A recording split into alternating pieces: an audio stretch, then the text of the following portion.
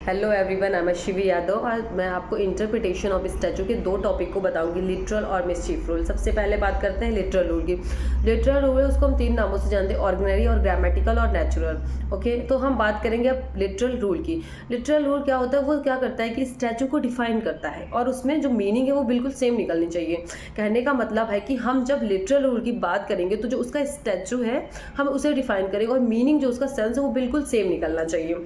अब इसमें एक केस लॉ की बात करते हैं। इसका केस लॉ है राम अवतार बुद्धई प्रसाद वर्सेस सहायक अधिकारी 1961 सुप्रीम कोर्ट का केस है। इसमें बताया गया है कि better leaf is not vegetable, पान की पत्ती जो है वो सब्जियों में नहीं आती। तो बिल्कुल सही बताया गया है कि ये पान की पत्ती जो है अगर आप अपने किचन ड्रॉर में देखेंगे या किचन की टोकरी में देखेंगे तो पान की पत्ती आप नहीं देखेंगे। आप एक बार लौकी, तरोई और भी जो सब्जियां उन्हें देख सकते हैं, पर पान की पत्ती को एज अ वेजिटेबल नहीं देख सकते हैं। तो हम अब दूसरे केस की बात करें, आप लोग को समझ में आ रहा होगा। अब दूसरे केस की बात करते हैं, पीए थिल्लाई नैयर वर्सेस तमिलनाडु, एआईआर 1985 का केस है। इस केस में ये बताया गया है कि कोकोनट इज नॉट वेजिटेबल, जो नारियल होता है वो वेजिटेबल नहीं है। लिटरल में बस केस लॉ, अगर आपको केस लॉ समझ में आ गया तो आपको अंदर की बात बहुत अच्छे से समझ में आ जाएगी। अब तीसरा जो केस है, Manglu Sahu Rama Hari Sahu versus state sales tax ये केस जो है ये ऑफिसर उड़ीसा बंगाल एआईआर 1979 का केस है। इसमें मेनली बताया गया कि अदरक नींबू मिर्ची इज़ नॉट वेजिटेबल। तो जब हमने राम अवतार प्रसाद का केस देखा था और पीए थिल्लाई नैयर का केस देखा था, तो उसमें क्या था, राम अवतार में क्या था कि better leaf is not vegetable, तो समझ में आ रहा था कि हाँ पान की पत्ती सब्जी नहीं है। पीए थिल्लाई में बताया कि कोकोनट इज नॉट वेजिटेबल, तब भी समझ में आ रहा था कि हाँ कोकोनट सब्जी नहीं है। लेकिन जब हम बात करेंगे अदरक नींबू मिर्ची की तो ये एक वेजिटेबल में आता है। इस केस में मंगलू साहू के केस में बताया गया था कि ये एक वेजिटेबल नहीं है, लेकिन अगर हम अपने किचन ड्रॉर में देखेंगे तो ये हमें ज़रूर मिलेगी। और कोकोनट बेटर लीफ नहीं मिल सकती, पर अदरक नींबू मिर्ची जो है ये ज़रूर मिलेगा। तो सुप्रीम कोर्ट के जजमेंट में कहा कि अदरक नींबू मिर्ची इज़ वेजिटेबल, ये सब्जी में है। क्योंकि हम अदरक नींबू मिर्ची तो बहुत सब्जी वब्जी बनाने में बहुत काम भी लगता है, तो ये वेजिटेबल। अगर आपसे कभी कोई कहे कि अदरक नींबू मिर्ची ये वेजिटेबल नहीं है, तो आप केस बता सकते हैं मंगलू साहू रामा हरि साहू की। इसमें इस केस लॉ में बताया गया है कि अदरक नींबू मिर्ची इज़ अ वेजिटेबल। अब हम बात करते हैं मिसचीफ रूल की। मिसचीफ रूल को हम दो नामों से जानते हैं, बेनिफिशियल और हिडेंसिव। 1854 में उस अंतर्गत 1584 के अंतर्गत बताया गया है किसी भी स्टैचू में मिसचीफ है, मिस डिफेक्ट है, तो उसको रिमूव करना है और उस मिसकंडक्ट को होने से रोकना है। मिसचीफ रूल में बताया गया है।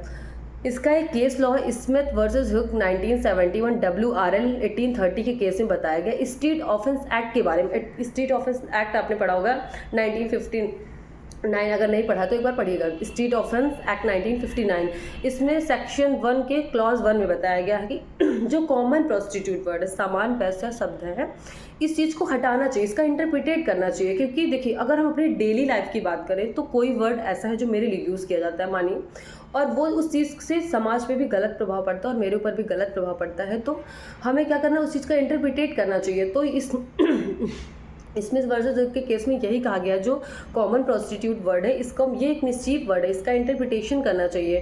तो चीफ जस्टिस लॉर्ड पार्कर का कहना है कि कॉमन प्रोस्टिट्यूट वर्ड जो कॉमन प्रोस्टिट्यूट वर्ड है इसको हटाकर एक पर्सन वर्ड का यूज़ करना चाहिए।